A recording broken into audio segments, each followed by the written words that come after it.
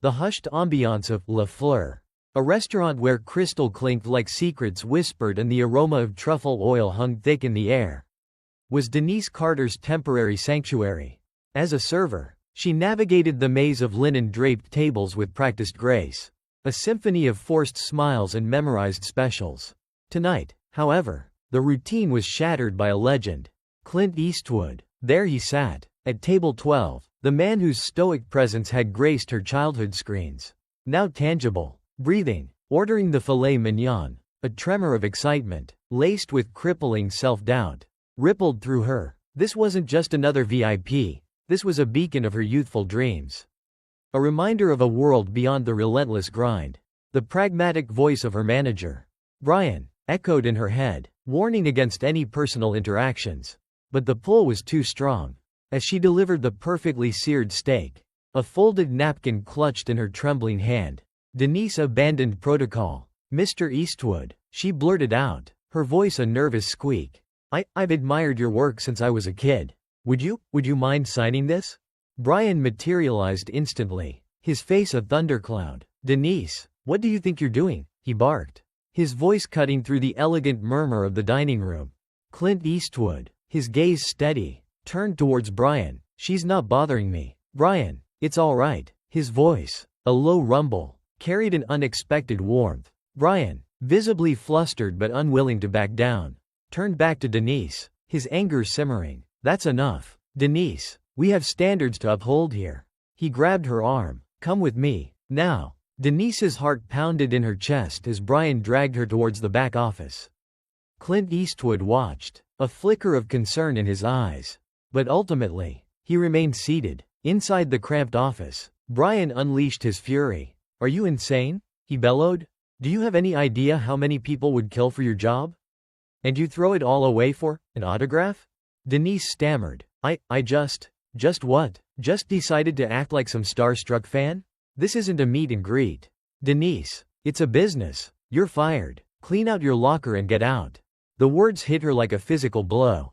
Fired. Just like that. The precarious scaffolding of her life, carefully constructed in this relentless city, crumbled before her eyes. Brian, his face still contorted with anger, watched her, unmoved. She mumbled a defeated, "Okay," before turning to leave. Stepping outside, she was now outside of La Fleur, and outside of the only life she knew.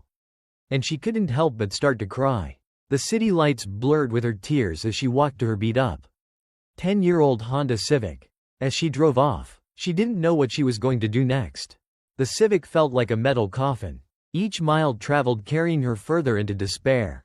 Denise sat slumped in the driver's seat, the steering wheel a cold, unforgiving comfort. The city lights swam around her, mocking her sudden unemployment, a stupid, impulsive moment of fandom, a misguided act of admiration, had cost her everything. Her phone buzzed. A text from Sarah, her roommate. "Hey, you okay? Leftovers in the fridge if you want them."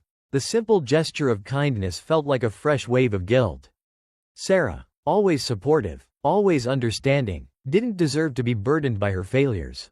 Denise wanted to scream, to lash out at the unfairness of it all. But instead, she choked back a sob. "I'm fine," she texted back, a lie that tasted like ash. Her mind raced, cataloging her options, or rather, the lack thereof. Minimum wage jobs were plentiful, but they offered no path forward, no hope of escaping the cycle of poverty. She thought about her dreams, the aspirations she had nurtured since arriving in Los Angeles, the burning desire to do something meaningful. All of them were buried under the weight of her current predicament. Suddenly, she pulled into a parking lot. "Okay, you got this," she told herself. "You're going to let yourself be sad. But only for tonight." She let out a blood-curdling yell, then felt much better. After screaming, she drove back to her apartment. She needed a plan, a lifeline to pull herself out of this abyss. She decided to give herself 1 week, 7 days to find a new job. Any job that could keep her afloat. If she failed, she didn't even want to think about the alternative. Forcing herself to eat a few bites of the leftover pasta, she tried to sleep, but the image of Brian's sneering face and Clint Eastwood's distant gaze haunted her restless dreams. The weight of the city pressed down on her, a crushing reminder of her vulnerability. The shrill ring of the phone startled Denise awake. The harsh morning light streamed through her window, painting streaks of dust motes in the air. Groping for the device, she squinted at the unfamiliar number. A scam call. Probably. Still, she answered it, half expecting a robotic voice peddling miracle cures. "Hello?" she mumbled, her voice thick with sleep. A pause. Then a voice that sent a jolt of electricity through her. "Denise? This is Clint Eastwood." Her brain short-circuited. Clint Eastwood?" she stammered, sitting bolt upright in bed. "Is this some kind of joke?" "No joke, Denise." The voice chuckled, a low, gravelly sound that was instantly recognizable. "I heard about what happened at the restaurant. I wanted to see how you were doing." Denise was speechless, reeling from the absurdity of the situation. The man she had idolized for years was calling her. Concerned about her getting fired? It was surreal. A dream unfolding in the harsh light of reality. I don't understand," she managed to say, her voice trembling. "Why would you care?" "Because," Clint Eastwood said, his voice taking on a serious tone. "I don't like seeing injustice. And what happened to you wasn't right." He continued, "I'd like to meet you. Talk about it. Maybe I can help." The offer hung in the air, an improbable lifeline thrown into her despair. Denise hesitated, torn between disbelief and hope. I don't know what to say," she mumbled. "Say yes," Clint Eastwood replied, a hint of amusement in his voice. "Meet me at The Daily Grind on Melrose tomorrow at 10 a.m. Just don't bring a napkin this time." Denise laughed, a shaky sound that held a glimmer of hope. "Okay," she said, her voice gaining strength. "I'll be there." As she hung up, the phone felt lighter than air. She may have been fired, but she'd just received a chance. A chance from the Clint Eastwood. The next morning dawned with an unexpected brightness. The usual Los Angeles haze seemed to have lifted, replaced by a clear, crisp light that mirrored the burgeoning hope within Denise. She chose her clothes with extra care, a simple but stylish sundress paired with a pair of comfortable flats. She wanted to project confidence, even though her insides were churning with nervousness. The Daily Grind was a bustling coffee shop on Melrose Avenue, its walls adorned with movie posters and the murmur of aspiring actors and screenwriters filling the air.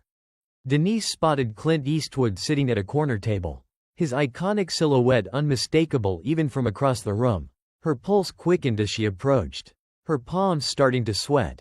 He greeted her with a warm smile, gesturing for her to sit down. "Thanks for coming, Denise." "Thank you for calling," she replied, her voice still a bit shaky. "I still can't believe this is happening." "Believe it," he said, his gaze direct and reassuring. "So, tell me about yourself. What brought you to Los Angeles?" Denise hesitated, unsure how much to reveal. She didn't want to sound like a starry-eyed dreamer, but she also didn't want to hide her ambitions. I came here to work in film," she admitted. "To write, to create stories." "And what happened?" Clint Eastwood asked gently. Denise sighed. "Life happened. The usual story. Reality hit. I needed to pay the bills." Clint Eastwood nodded, his eyes filled with understanding. "And now you're back at square one." "Worse than square one," she corrected. "I have a week to find a job. If I don't, I can't pay rent, and I'll have to leave." "Don't give up so easily," he said, his voice firm. "You have something special, Denise, something I haven't seen in a long time." She looked at him, surprised. "What do you mean?" "Grit," he said simply. "You have grit. You got fired, but you showed up here. You didn't just give up. That's a rare quality in this town." He paused, then continued. "I'm working on an independent film. A small project. I need someone to help out with some script supervision. Some minor rewrites. Are you interested?" Denise stared at him, her mind struggling to process the offer. It was a long shot, a leap of faith, but it was also a chance. A chance to escape the drudgery of her past and embrace the future she had always dreamed of. "Yes," she said, her voice clear and strong.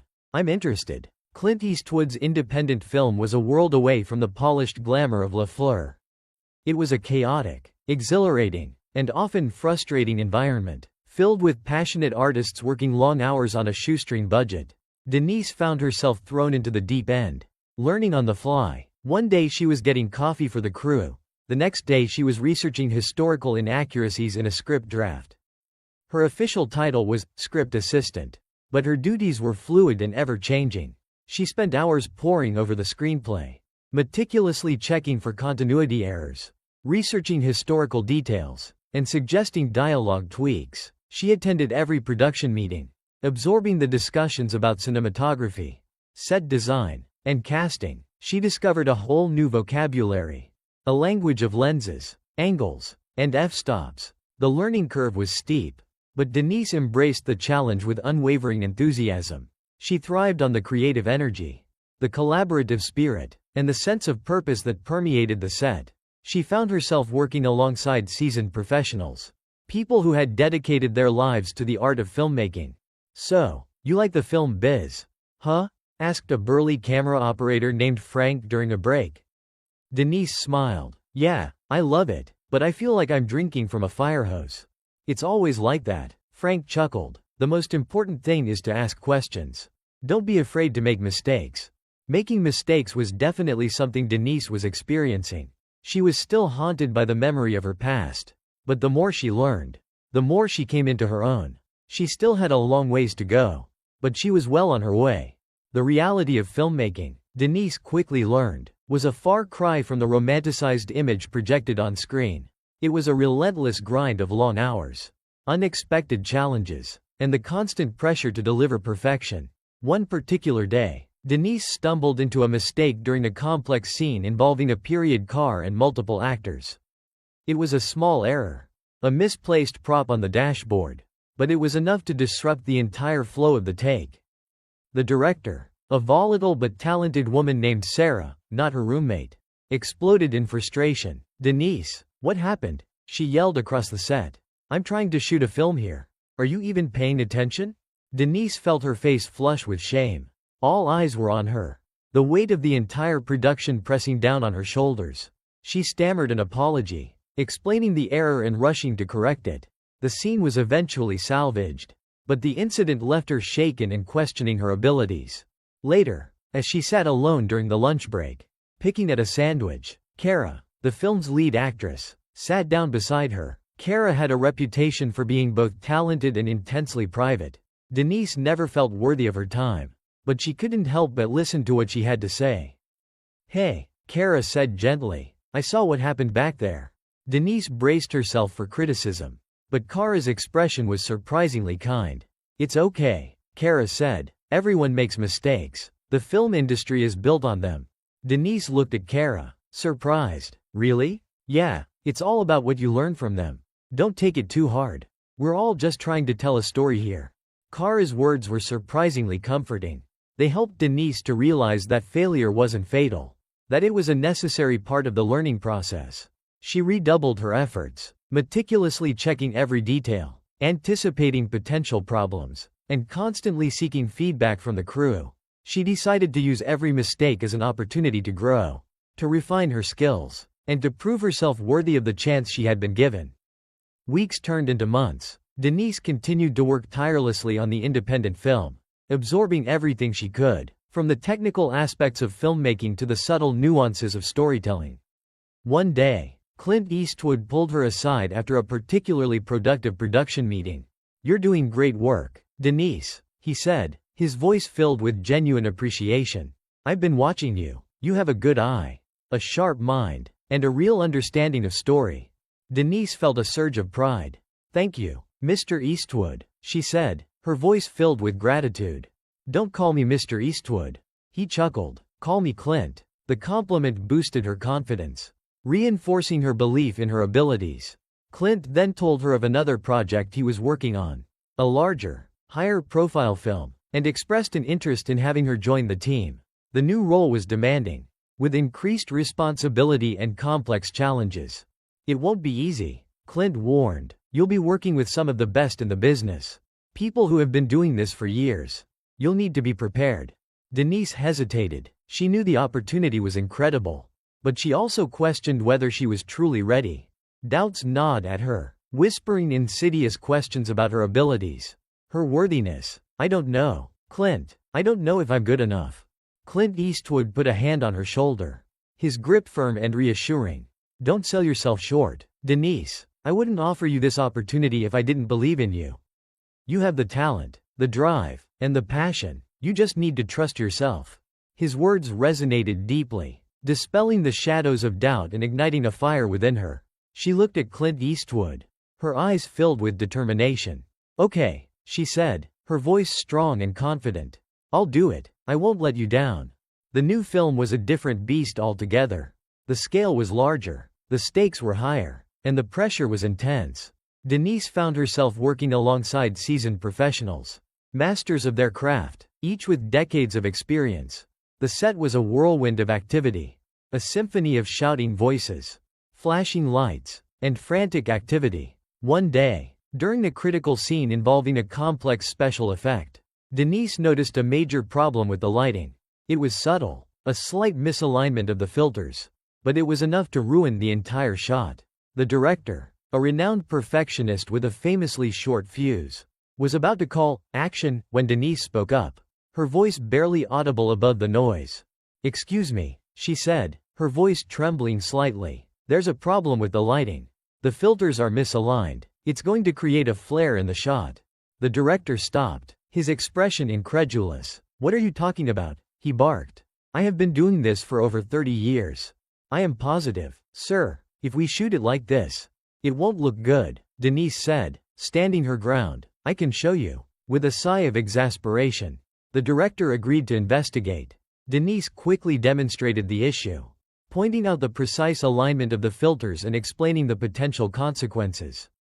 The director stared at the setup in stunned silence for what felt like an eternity. "Well, I will be damned," he said finally, a grudging respect in his voice. "You caught something I missed. Good eye, kid." The lighting was quickly adjusted, and the scene was shot flawlessly. From that moment on, Denise earned the respect of the entire crew. They recognized her talent, her attention to detail, and her unwavering commitment to excellence. She had proven herself not just to Clint Eastwood, but to the entire industry. Denise's work on the larger film earned her further opportunities. She was invited to work on more high-profile projects, collaborating with talented directors and celebrated actors. Her reputation began to grow, spreading throughout the industry like wildfire. She was no longer just a script assistant, she was a sought-after writer and consultant.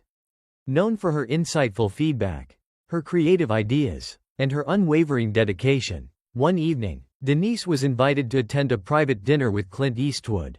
The two of them were seated in a quiet corner of the restaurant.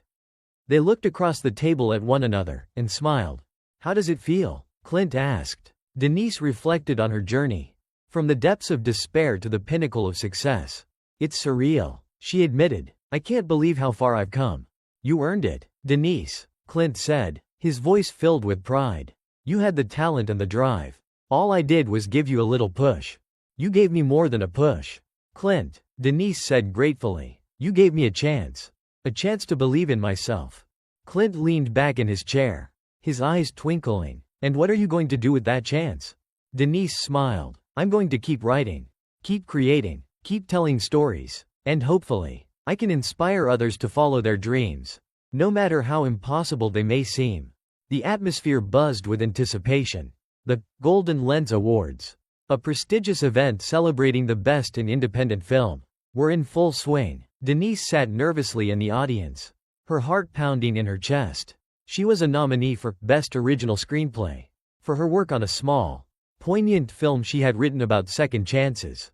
The presenter, a famous actress, took to the stage, her voice ringing with excitement.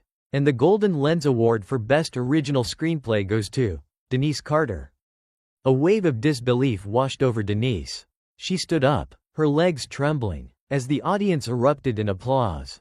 She made her way to the stage, shaking hands with well-wishers, her mind struggling to process the reality of the moment.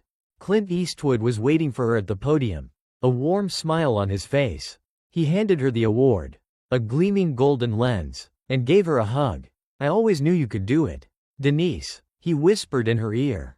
As she stepped up to the microphone, Denise's eyes scanned the crowd. She saw Cara, the actress who had encouraged her during her darkest moments. And she saw Frank, the camera operator who had offered words of wisdom. She saw Sarah, her roommate, who had been her constant source of support. And she saw Clint Eastwood, the man who had changed her life forever. She began, her voice thick with emotion. "I never thought I would be standing here. A few years ago, I was a waitress. struggling to make ends meet, wondering if my dreams were nothing but a foolish fantasy. She continued, her voice growing stronger, more confident. But then, something amazing happened. Someone gave me a chance. Someone believed in me when I didn't believe in myself. This award is not just for me, she said, her eyes glistening with tears. It's for everyone who has ever dared to dream. For everyone who has ever faced adversity. For everyone who has ever been told that they can't do it. Never give up, she concluded, her voice ringing with conviction. Never stop believing in yourself. And never underestimate the power of a second chance. After the ceremony, Clint Eastwood handed Denise a sealed envelope.